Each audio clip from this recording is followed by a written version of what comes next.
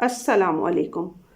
आज मैं अपनी वीडियो में आपको बताने जा रही हूँ, अगर आप अपने घर को खुद से रेंट आउट करना चाह रहे हैं तो आपको इसके लिए किन टिप्स को फॉलो करना होगा और आपको क्या क्या करना होगा। घर को रेंट आउट करना कोई इतना मुश्किल काम नहीं है। मतलब अगर आप अपने घर को खुद से रेंट आउट करना चाहते हैं तो सबसे पहले आपने ये करना है कि अपने घर की पिक्चर्स बना लेनी है और उसके बाद आपने ये देखना है कि पिक्चर्स बनाने के बाद आपने अपना रेंट डिसाइड कर लेना है कि आपने कितना रेंट पे अपने घर को रेंट आउट करना है। उसके बाद आपने ये देखना है कि अगर आपका घर किसी मतलब ऐसी लोकेशन में है जो कोई बैकवर्ड एरिया में पड़ता है, जहाँ पे वो लोकेशन आपके घर को रेंट आउट होने में प्रॉब्लम क्रिएट करती है, तो आपने कोई अच्छी सी लोकेशन जो है, करीबी लोकेशन है, वो अपने घर के उसमें जो है ना वो साथ टच करनी है। आपने अपनी वो एग्जैक्ट लोकेशन के बजाय उस लोकेशन में अपने घर को डालना है।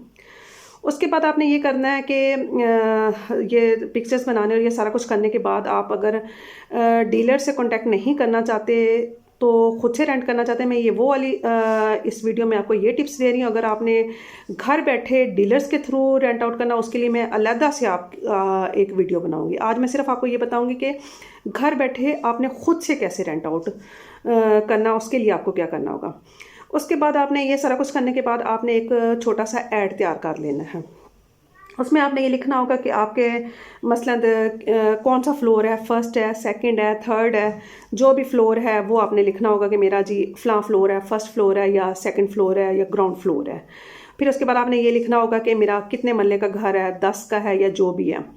वो लिखने के बाद फिर आप ऐसा करेंगे कि आप जो है उसमें मेंशन करेंगे बेडरूम्स, 3 बेडरूम्स, 2 बेडरूम या जो भी। फॉर एग्जांपल मतलब मैं आपको इसमें जैसे बता रही हूँ, 3 बेडरूम्स है, 3 वाशरूम है, किचन है, ड्राइंग डाइनिंग है, जो मतलब आपके घर की अकोमोडेशन है वो आपने मेंशन कर देनी है।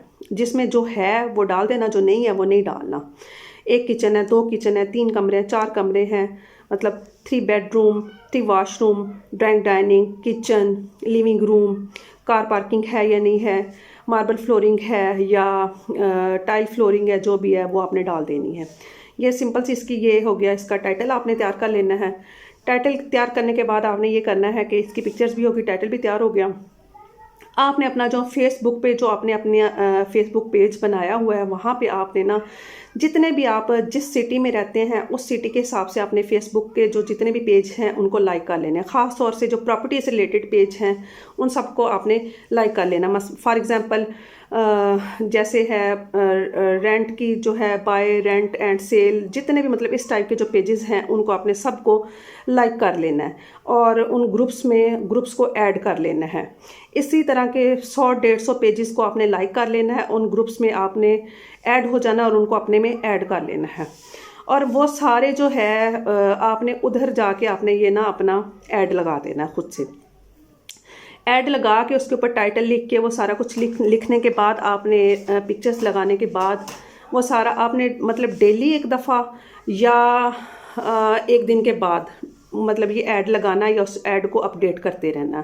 वहाँ पे आपको कमेंट्स आएंगे, उन कमेंट्स में आपने अपना जो है ना ये इनका जो है मतलब क्लाइंट्स को या जो पार्टी है उनको जवाब देना होगा, बताना होगा अपने बारे में, अपने घर के बारे में क्या है। जो इंटरेस्टेड पार्टी होगी फिर उनसे आपने आगे मज़ीद बात करनी होगी। और उधर आपने अपने पेज पे जब आप ऐड लगाएंगे वहाँ पे आपने अपना टेलीफोन नंबर भी मेंशन कर देना है।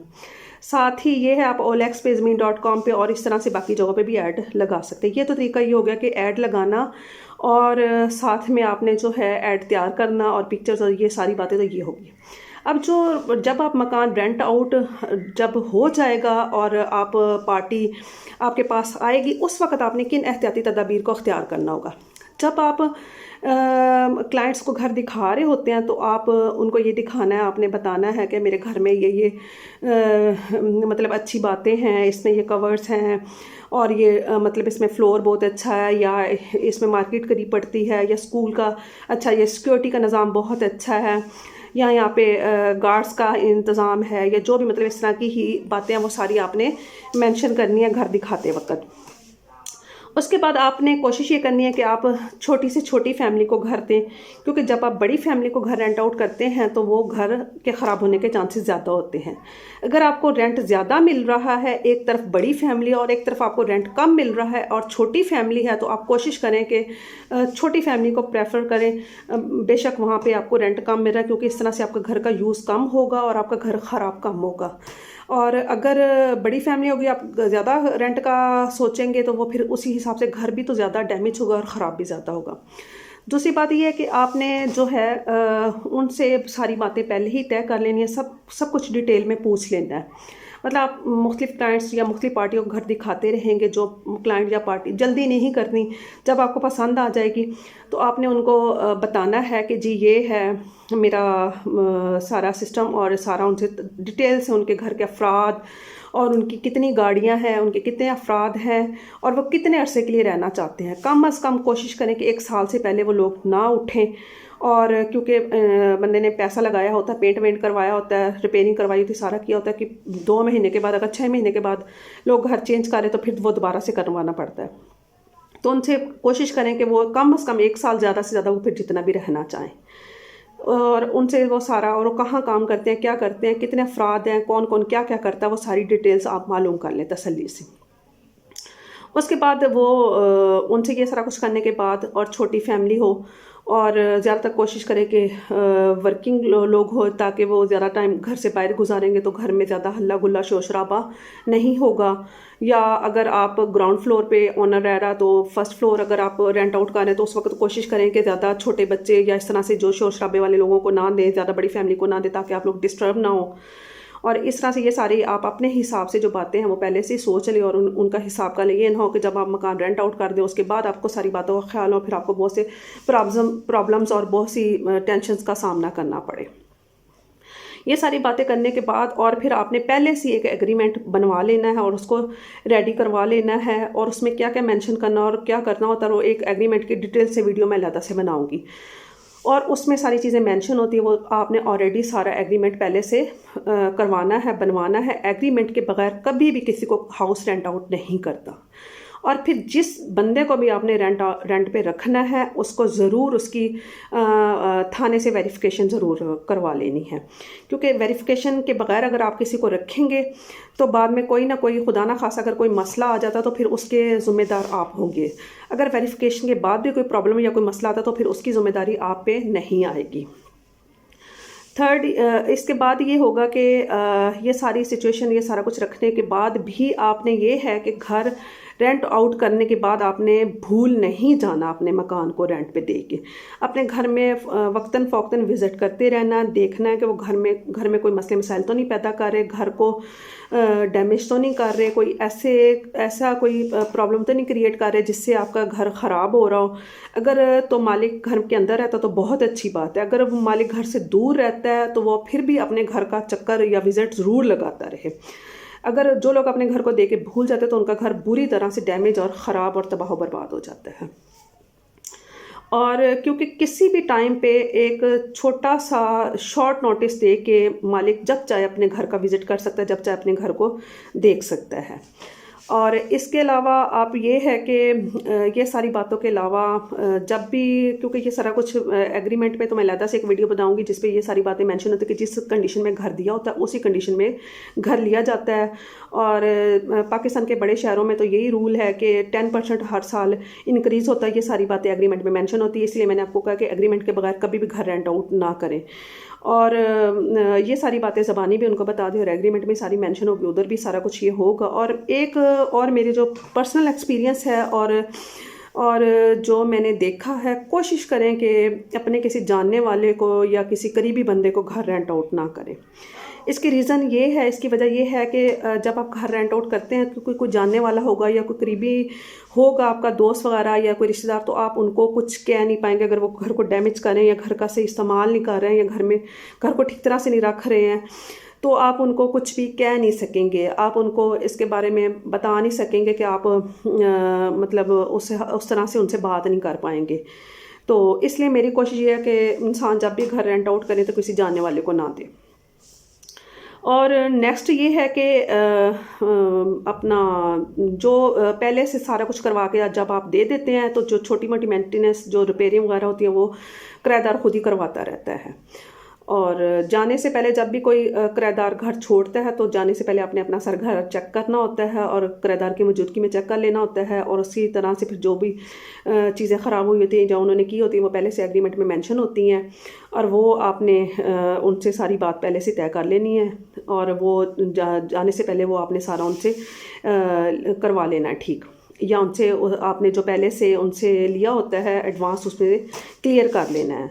और एक बात सबसे अहम बात ये कि कभी भी घर को एडवांस जो है जिसको सिक्योरिटी कहा जाता है उसके बगैर कभी भी रेंट आउट ना करें।